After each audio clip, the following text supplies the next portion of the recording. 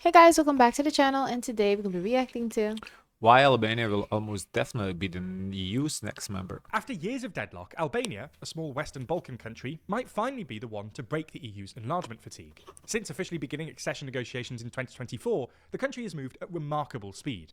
And this week it was announced that Albania is opening its fifth and final negotiation cluster, marking the fastest progress ever recorded. Fastest? Really? Because if candidate status in 2014, that's not that fast. It's been a long time. How is that The fast? Western Balkan states. To put that into perspective, Oh, fastest out of Western Balkan states. Never mind. Montenegro, the previous frontrunner, has also opened all of its chapters, but it's been negotiating since 2012. That's 13 years of talks, meaning it took Montenegro about 12 times longer to reach the same stage that Albania has reached in just a year and a bit. All of this makes Edi Rama's plan to close negotiations by 2027 and join the EU by 2030 look increasingly realistic. So in this video, we're going to explore why Albania is now the most likely candidate to become the EU's next member, and what challenges still lie ahead. It's 300 story. Let's start with some context. After decades of isolation Is and that communist exciting rule, news for everyone else? Like to have more countries go into the EU? Um, Is that typically like good news? I don't know. Obviously it's exciting for Albania, I'm sure, but for other countries, well, if people, not people, like if certain businesses are interested in some certain opportunities in Albania, or like people want to travel, vacation in Albania, I'm sure that makes things easier a little bit, because you can travel with I don't know exactly how it works now with Albania, but when they're in the EU, you don't need like no visas, no nothing, you just go. So like, if you're like a fan of Albanian coast, or the weather or whatever, you don't want to go there to vacation in the summer, I think that's good, um now for people, yeah, it's good, but also prices probably gonna rise, if the euro is installed. So I don't know like I don't know if regular people like from other countries really care, to be honest. I think it's more like Albanians. I think they want it because it should at least bring up the country a little bit. at the turn of the century, Albania turned westwards. It's since become arguably the most pro-EU country in the region, with around 90% of Albania's population supporting the idea of accession, the highest rate among all the Western Balkan countries. In 2009, Albania Makes submitted sense, its then. formal application and was granted membership status 5 years later under the leadership of Edi Rama and his Socialist Party. Unfortunately for Albania, negotiations have been slow, and several member states, notably France and the Netherlands, have blocked advancing negotiations multiple times. Why? Now, this is partly because states like France worry that the EU simply doesn't have the bandwidth to admit new members.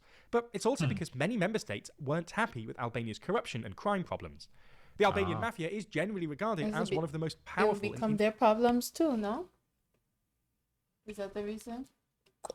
I don't know. influential narco-crime rings in Europe, equalled perhaps only by their Italian counterparts in Italy, and has been linked to rising gang-related violence across parts of northern Europe. At home, these criminal we networks saw have managed that. to exert That was significant very influence scary. over politics, acting as kingmakers by manipulating votes, financing campaigns, intimidating opponents, and capturing state institutions. Their reach has severely undermined Albania's judiciary and contributed to broader concerns about the rule of law.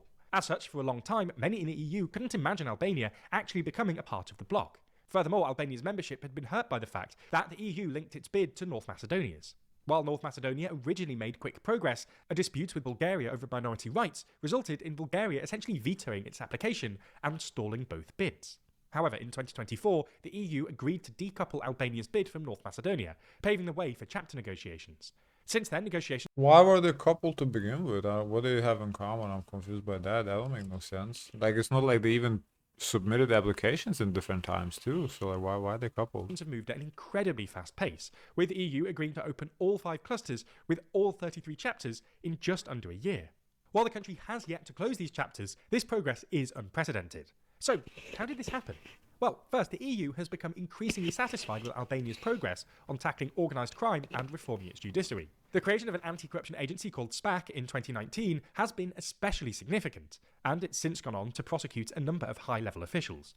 It's become one of the most trusted institutions in the country and earned praise from the EU for its cooperation against drug trafficking networks. Okay. Second, Rama has aligned Albania's foreign policy very closely with that of the EU, something that has become increasingly important as the bloc contends with Russian influence and with relatively pro-Russia member states, which have used their veto power to stall key legislation. In this context, Albania is seen as a relatively unproblematic partner, a country that could join the EU without creating major political headaches, and even act as a counterbalance to Serbia's Russia-leading influence in the region. Finally, Albania has been pretty happy to help the EU with migration control.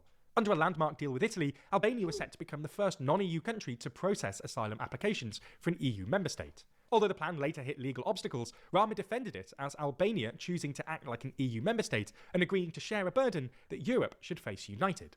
Rama has also used some unorthodox methods to speed up the negotiation process, including using AI to translate more than 280,000 pages of EU legislation into Albanian, and pinpoint where Albania's legal system needs reform to align with the EU's acquis.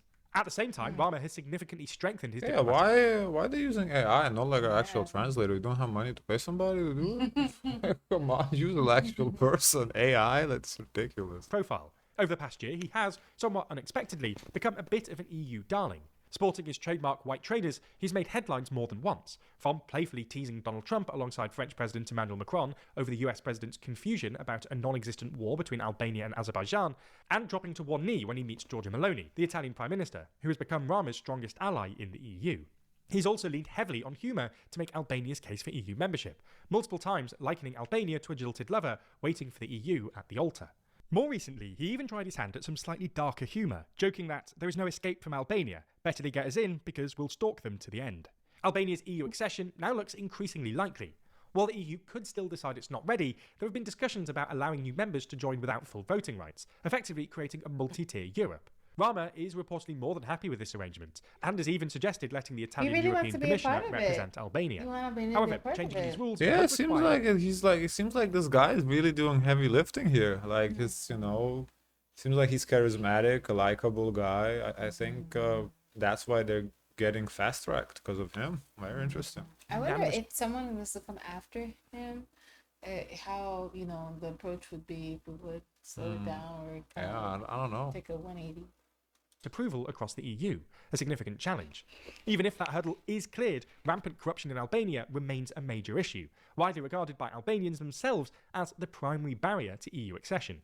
Recently, Rama responded to these concerns by appointing a new anti-corruption minister to oversee procurement processes.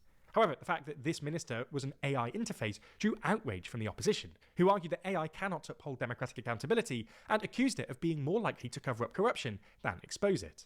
What's more, until recently, the anti-corruption agency SPAC mostly targeted opposition lawmakers, but it's begun investigating allies of Rama's government, which reflects poorly on Rama and his agenda. In February, the socialist mayor of Tirana and possible successor to Rama was arrested for allegedly laundering developer funds through NGOs. A Socialist Party deputy was also charged with witness tampering, and a former Socialist MP allegedly shared police information with a crime boss during elections. Then this month, SPAC opened a corruption investigation into Albania's Deputy Prime Minister and Minister of Infrastructure for breaking public tender rules. All this could pose a major problem for Rama. What is tender rules, do you know? Oh. Although he was re-elected in May on a platform promising EU accession, giving him, in theory, 4 more years to push reforms, if these sorts of corruption cases against his officials continue and anti-government protests flare, like they did last October, Rama's big EU plans could be derailed.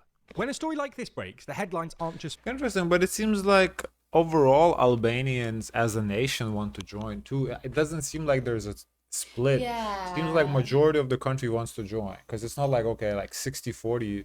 No, like it seems like, okay, most people, they want to join. But France and who else said no? Netherlands. They say no. No, I think now they're okay with it, because I guess they fixed the issues that they had. So this is good for Albania. Great news, I think. Hopefully they get to join. I want to see the comments to see maybe someone could say something opposite. I thought the EU already had 28 member states. Me 2 seconds. Oh, I remember what happened. What happened? I think England, I got my answer, man. UK. Oh, UK. Oh. Albania had the whole world, but they were so nice they invented other countries. 50 years ago, Albania was basically a second North Korea. Makes it even more impressive. Oh, okay. Well, no wonder after they so successfully made a peace deal with Azerbaijan. Mm. Guys, of course, let us know your thoughts. Like, comment, and subscribe. Join the Discord. It's always share as much kindness as possible.